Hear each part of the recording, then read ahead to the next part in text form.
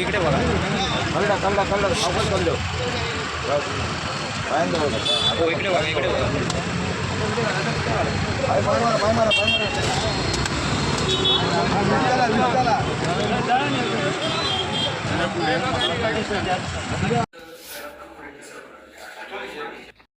पंतप्रधानांपर्यंत पोहोचवायला सांगितले आहेत आमच्या भावना.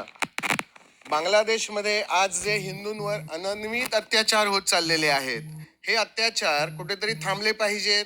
मानवतेचा त्यांनी परिपाक गाठलेला आहे. अत्यंत क्रूरपणे एका हिंदू माणसाला, ज्याचा काहीही संबंध राजकारणाशी नाही किंवा देण्याघेण्याशी नाही, अशा व्यक्तीला फरफटत नेऊन भर चौकामध्ये अर्धमेलं करून त्याला उलट टांगून झाडाला जिवंत जाळण्यात आलं. ही अत्यंत क्रूर घटना आहे. अशा घटना वारंवार होत चालल्या आहेत. मीडियाने आत्ता फक्त आम्हाला हे कळलं मीडियाच्या मार्फत म्हणून आम्हाला समजतंय, परंतु अशा असंख्य घटना बांगलादेश सारख्या एका अत्यंत क्रूर राजवट जिथे चाललेली आहे, अशा जिथे हिंदू अल्पसंख्याक आहेत, अशा ठिकाणी चाललेले आहेत. ह्या सगळ्या अत्याचारांना वाचा फोडणं, तिथे आमच्या देशामध्ये जे बांगलादेशी घुसखोर आलेले आहेत त्यांच्या मार्फत ह्याची रेखी चालते का ही समजायला पाहिजे. भविष्यात हे लोण भारतामध्ये पण येणार आहे. पश्चिम बंगालसारखं आपलं राज्य जे आहे हे या बांगलादेशींना पुरून उरलेलं आहे. तिथे सगळे बांगलादेशी घुसखोर येत आहेत. तर या सगळ्यावर आपल्या देशाच्या करन्सीवर याचा परिणाम होतोय, लोकांच्या स्थानिक व्यवहारावर याचा परिणाम होतोय. व्यापारांचा उदीम कमी होत चाललेला आहे. कुडाळसारख्या गावामध्ये अनेक बांगलादेशी घुसखोर आहेत. वेगवेगळ्या क्षेत्रात ते काम करत आहेत. त्यांच्याकडे धड आधार कार्ड पण धड नाही आहेत. आणि अशा पद्धतीने त्यांच्याकडनं जे काही छुपे व्यवहार चाललेले असतील याची छुप्या पद्धतीनेच तपासणी होणं आवश्यक आहे. आम्ही काही जणांची तपासणी केली असताना ही सगळी आधार कार्ड फेक आणि फोटोशॉपवर बनवलेली असंही लक्षात आलं.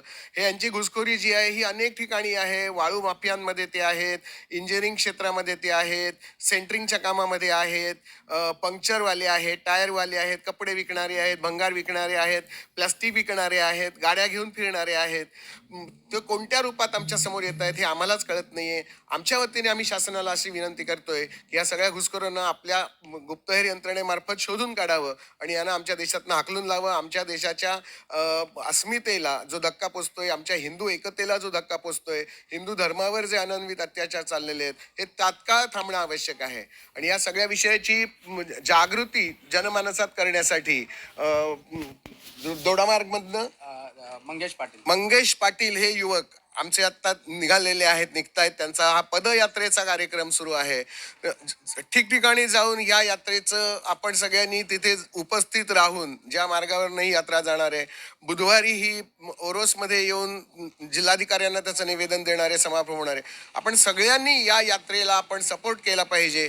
त्यांची ही जी काही हिंदू वाचवा, ही जी काही हिंदू धर्म वाचवा किंवा बांगलादेशींना भागवा, पळवून लावा, ही जी काही मोहीम आहे त्या मोहिमेला आपल्याला सगळ्यांनी उत्स्फूर्तपणे प्रतिसाद देणं आवश्यक आहे. कारण आपल्या घराला आग लागलेली नाही आहे, त्यामुळे आपण कशाला पडायचं या भानगडीत, अशी ही जी काही वृत्ती आहे ही वृत्ती बदलली पाहिजे. ही आग कधीही आपल्या घरात पोचू शकते. आपण सुरक्षित राहणं आवश्यक आहे. अखंड सावधान असावे, दुश्चित्त कदापि नसावे, या समर्थांच्या वाक्यावर आमचा विश्वास आहे आणि त्या दृष्टीने आम्ही हे निवेदन सरकारला दिलेलं आहे. सरकार याची कार्यवाही लवकरात लवकर करेल आणि उपाययोजनेला सुरुवात करेल आणि तेही आम्हाला कळेल अशी आम्ही इच्छा आणि अशी आम्ही आशा बाळगून आहोत. भारतामध्ये हिंदू बहुसंख्य असल्यामुळे इथले अल्पसंख्याक गुण्यागोविंदाने राहत आहेत. आताच एक सर्वे आलाय की मुसलमान लोक भारतामध्ये सर्वात जास्त सुखी आणि सुरक्षित जीवन जगत आहेत. पण भारताचे लचके तोडून हे जे दोन देश बनले, पाकिस्तान आणि बांगलादेश, या देशांमध्ये सुरुवातीपासून हिंदूंवर अत्याचार चाललेले आहेत. कुठच्याही जमावानी यावं, त्यांची घरं जाळावी, हिंदूंना जाळून ठार मारावं, कत्तली कराव्या, महिलांवर अत्याचार करावे, बलात्कार करावे, हिंदूंची देवळं तोडून उद्ध्वस्त करून टाकावी, हे प्रकार तिकडे सर्रासपणे चालले आहेत. आणि हे थांबतील अशी आम्ही आशा बाळगतो. पण आम्हाला वाटत नाही की हे प्रकार थांबतील. त्यामुळे आमची सरकारला अशी विनंती आहे की तुम्ही अलीकडे जो CAA कायदा केला त्याची अंमलबजावणी कठोर करावी आणि या देशांमधल्या अल्पसंख्याक हिंदूंना सन्मानाने भारतात आणावं आणि त्यांचं इथे पुनर्वसन करावं, सरकारने आपल्या जमिनी त्यांना द्याव्यात किंवा वक्फ बोर्डाच्या जमिनी ताब्यात घेऊन त्या जमिनींवर त्यांचं पुनर्वसन करावं. आमच्याकडून सुद्धा या हिंदूंना जेवढी मदत करता येईल तेवढी आम्ही करू, असा शब्द आम्ही या असे आमचे दररोजचे नवनवीन व्हिडिओ पाहण्यासाठी आमचा लोकसंवाद लाईव्ह यूट्यूब चॅनल लाईक आणि सबस्क्राईब करा.